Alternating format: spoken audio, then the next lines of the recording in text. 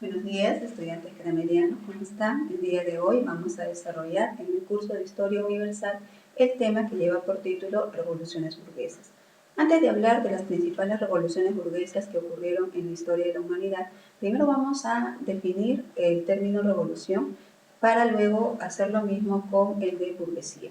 Cuando nosotros hablamos de revolución, ¿a qué estamos haciendo referencia?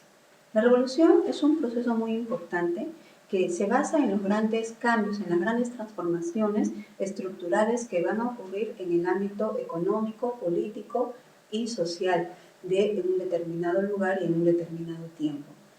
A lo largo de la historia de la humanidad han ocurrido muchísimos procesos revolucionarios. Por ejemplo, podríamos hablar de la Revolución Industrial, podríamos mencionar también a la Revolución Francesa, a la Revolución Rusa, a la Revolución Mexicana. Cada una de ellas generó cambios drásticos en su momento. Cuando nosotros hablamos de lo que vendría a ser burguesía, estamos haciendo referencia a una clase social que va a estar conformada principalmente por grupos empresariales, va a estar conformada por grandes comerciantes, empresarios industriales, empresarios de la banca también. Pero asimismo existen otros sectores, como por ejemplo intelectuales, profesionales, que también vendrían a formar parte de la burguesía. ¿De dónde proviene el término burguesía? Burguesía viene de una palabra antigua, que era burgos, término con el cual se daba denominación a las ciudades durante la Edad Media. Por lo tanto, Burgos o burgués estaría vinculado con lo que vendría a ser el desarrollo de las actividades dentro de una ciudad.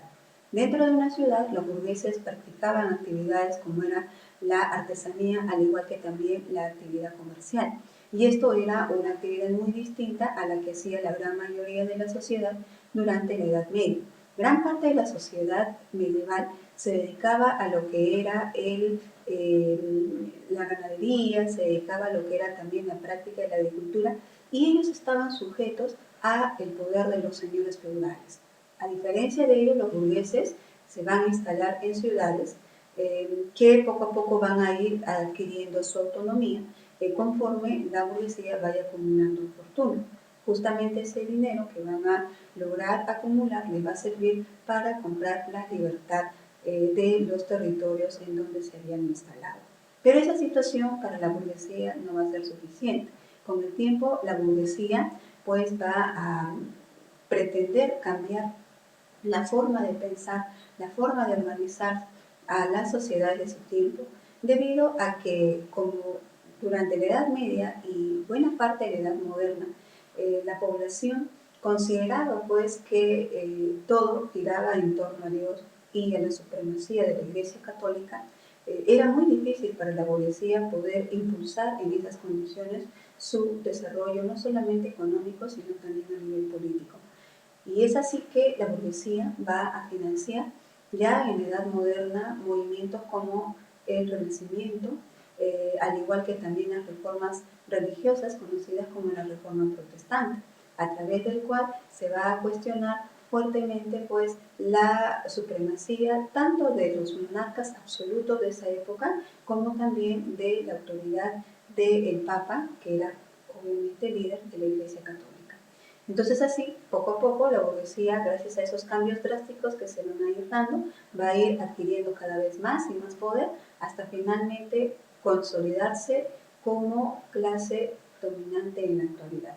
Si hablamos nosotros de cómo está estructurada la burguesía, hoy en día diríamos pues que en esta burguesía tenemos a tres sectores, ¿no? Tenemos aquí a la gran burguesía, que estaría conformada por los grandes grupos empresariales.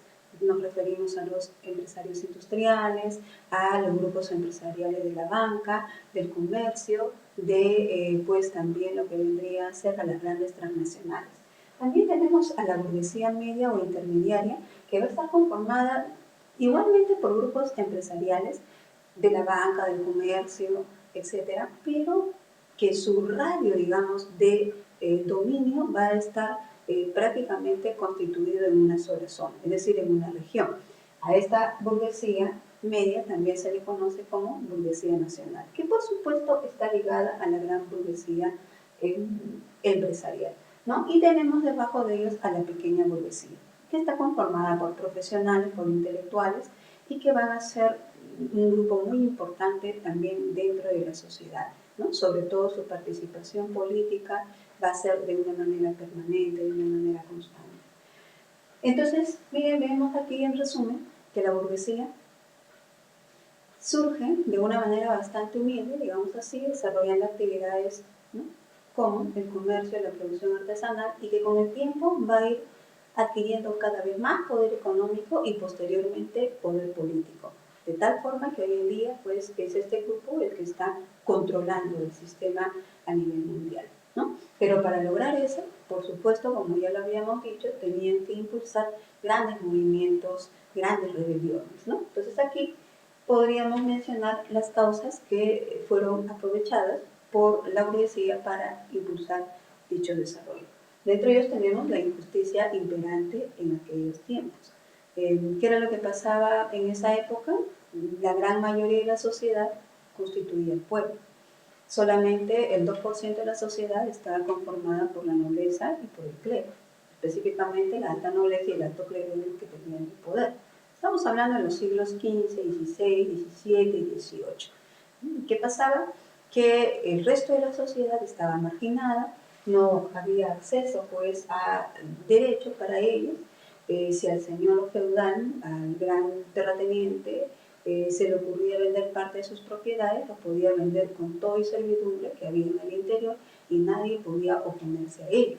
Durante la Edad Media, por ejemplo, los señores feudales hacían una serie de cobros indebidos a la población. No solamente, ¿no?, exigían contribuciones monetarias, sino que inclusive habían algunas obligaciones que se tenían que cumplir, como por ejemplo el derecho de la prima nota, que consistía en que la primera noche de la recién casada tenía que ser otorgado al dueño de la tierra, en este caso al señor feudal, cosa que obviamente con el tiempo va a desaparecer, ¿no? Pero para que esas prácticas desaparezcan tuvieron que darse constantes rebeliones, ¿no?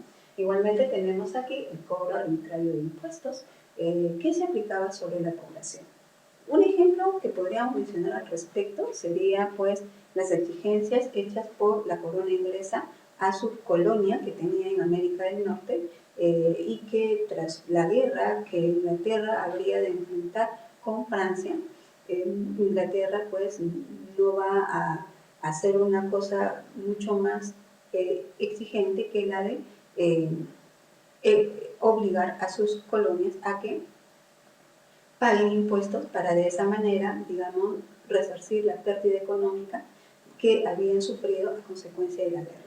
Por más que los colonos americanos fueron hacia la corona, se entrevistaron directamente con las autoridades de Inglaterra, le pidieron, ¿no?, que se hicieran modificaciones respecto a las medidas de contribución, la corona inglesa hizo oído sordo a esas peticiones. Y la consecuencia de ello fue, pues, obviamente, que la burguesía que se estaba desarrollando dentro de las 13 colonias inmediatamente impulsara una rebelión. Y esa rebelión, ¿cómo terminó? Terminó, lógicamente, con la independencia de las 13 colonias y la conformación de los Estados Unidos. Un hecho muy importante que se puede recordar en el caso de Inglaterra sería, por ejemplo, la aprobación de la Declaración de la Independencia, un documento sobre la base del cual más adelante se va a constituir pues, la República de los Estados Unidos, ¿no? Entonces aquí tenemos algunas causas importantes también, como el de el excesivo poder de la monarquía absoluta. ¿Qué era la monarquía absoluta? Bueno, en una monarquía absoluta gobierna un rey, pero como dice su nombre, en forma total, absoluta, ¿no? El rey considera que el poder que emana él procede de Dios y que solo el poder divino lo puede cuestionar y que ningún ser terrenal puede hacer el cuestionamiento a su autoridad. Definitivamente los monarcas absolutos de ese entonces pues, gobernaban para la nobleza, para la élite terrateniente, pero no para el pueblo. Entonces el pueblo muchas veces padecía de hambre, muchas veces tenía que enfrentar situaciones muy difíciles como sequías prolongadas que lo que hacían era pues ahondar aún más todavía la miseria en la que vivían, y muchas veces los monarcas pues no prestaban atención a esta situación. Una situación que se dividía pues por ejemplo, dentro de Francia, ¿no? En la que la población se levanta contra los reyes, contra los Borbones, contra María Antonieta, pues van a exigir de que sean ellos retirados del gobierno. Obviamente la monarquía en ese momento va a ser ejecutada, y quienes van a asumir en un primer momento el poder dentro de Francia tras la muerte de los reyes habría de ser los burgueses, ¿no? La complicidad de la Iglesia Católica respecto de la monarquía también es una situación que va a generar cuestionamientos a la sociedad de ese tiempo, ¿no? Entonces aquí vemos pues que las razones eran numerosas y que fueron aprovechadas en diferentes lugares para generar un fuerte cuestionamiento al excesivo poder que tenía la nobleza. La nobleza no va a tener otro camino que terminar cediendo paso a la burguesía en la administración del Estado. Por ejemplo, eso va a ocurrir en Inglaterra. En Inglaterra, ya desde tiempo atrás, ya desde finales de la Edad Media, se venían sufriendo cambios. Por ejemplo, una de las medidas que se establece en Inglaterra sería la Carta Magna, que más adelante, ya en la Edad Moderna, va a servir de fundamento para que se constituya lo que sería una monarquía constitucional. Hoy en día Inglaterra tiene justamente una monarquía constitucional. ¿Qué quiere decir eso? Todavía hay reyes en Inglaterra, pero el poder de los reyes ha quedado limitado por el Parlamento. El Parlamento está conformado por representantes de la sociedad, que tiene dos cámaras. Ahí encontramos a la Cámara de Lores y a la Cámara de los Comunes. Así se constituyó, ¿no?, en el siglo XVII. Y en la Cámara de Lores habrían representantes de la nobleza, mientras que en la Cámara de los Comunes habrían representantes del pueblo. Dentro de ellos, lógicamente, destacaría la burguesía. Es así como la burguesía se va metiendo en el gobierno y ya en el poder va generando la aprobación de medidas que obviamente lo van a beneficiar como clase económica y también clase social, ¿no? Entonces aquí, chicos, tenemos tres ejemplos importantes de revoluciones burguesas. La revolución burguesa de Inglaterra del siglo XVII, la independencia de las 13 colonias en América del Norte, que va a traer como resultante la conformación de los Estados Unidos, y la Revolución Francesa, que se va a producir a finales del siglo XVIII, ¿no? Todas estas encabezadas por la clase burguesa. Vamos a ir hablando de cada una de ellas de forma independiente, sobre todo de la Revolución Francesa en las clases posteriores.